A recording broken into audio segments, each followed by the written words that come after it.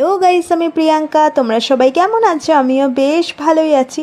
আজকে চলে এসেছি নিরামিষ দিনের একটা রেসিপি নিয়ে। তো তার জন্য আগের দিন রাত্রেবেলা কিছু ছোলার ডাল ওই 1.5 কাপ মতন ভিজিয়ে রেখেছি। আর পরের দিন সকালে সেই ডালগুলো কিন্তু বেশ ফুলে ফেপে সফট হয়ে গেছে। এবার একটা মিক্সার গ্রাইন্ডারে দিয়ে পেস্ট করে নেব। আর তার মধ্যে দেব 2টো কাঁচা লঙ্কা, হাফ ইঞ্চির থেকেও কম আদা, আর একটুখানি নুন, আর সামান্য একটু জল মিশিয়ে পেস্ট করে নেব। তো পুরো ডালটা আমি দুবারে বেটে নিয়েছি। এবারে এর মধ্যে সামান্য একটু হলুদ গুঁড়ো আর একটু কালো জিরে দিয়ে ভালো করে মিশিয়ে নিচ্ছি।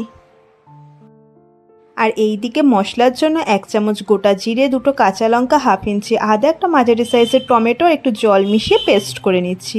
আর এইদিকে বেশ কিছুটা তেল গরম করে এভাবেই ডালের বড়াগুলো ছেড়ে এপিটোপিট উল্টে পাল্টে লো টু মিডিয়াম ফ্লেমে ভেজে নিতে হবে।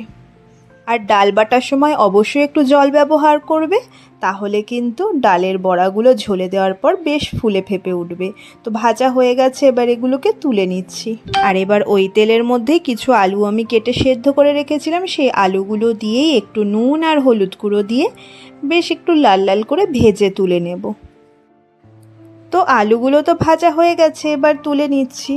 আর এবার কিন্তু তেলটা একটু কমিয়ে নেব, এতটা তেলের প্রয়োজন নেই। তেলটা কম করে নিয়ে ওর মধ্যে গোটা জিরে, তেজপাতা, দারচিনি, এলাচ আর শুকনো লঙ্কা ফোড়ন দিয়ে বেটে রাখা মশলা, বাটি ধোয়া জল, স্বাদ মতো নুন, পরিমাণ মতো হলুদ গুঁড়ো, 1 চামচ কাশ্মীরি লঙ্কার গুঁড়ো আর সামান্য একটু চিনি দিয়ে মশলাটাকে বেশ কিছুক্ষণ ধরে কষিয়ে নেব। যখনই মশলার গা থেকে তেল ছাড়তে শুরু করবে, তখন এর মধ্যে দিয়ে দেব ভেজে রাখা আলুগুলো।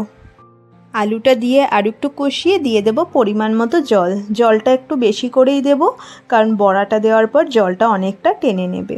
এবার মিডিয়াম টু হাই ফ্লেমে ঢাকা দিয়ে 5 মিনিটের মতো ঝোলটাকে ফুটিয়ে নেব।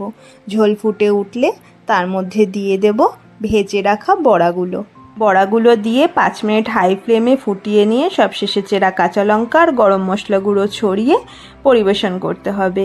আর চাইলে ওপর থেকে একটু ঘি ছড়িয়ে দিলে আরও টেস্টটা বাড়বে। আর ঝোলটা একটু বেশি থাকতেই নামাতে হবে, কারণ বড়াতে বেশ কিছুটা পরিমাণে ঝোল টেনে নেবে। তো এইভাবে কিন্তু আপনারা অবশ্যই বানিয়ে খাবেন। আজকের মতো এইটুকুই, টাটা।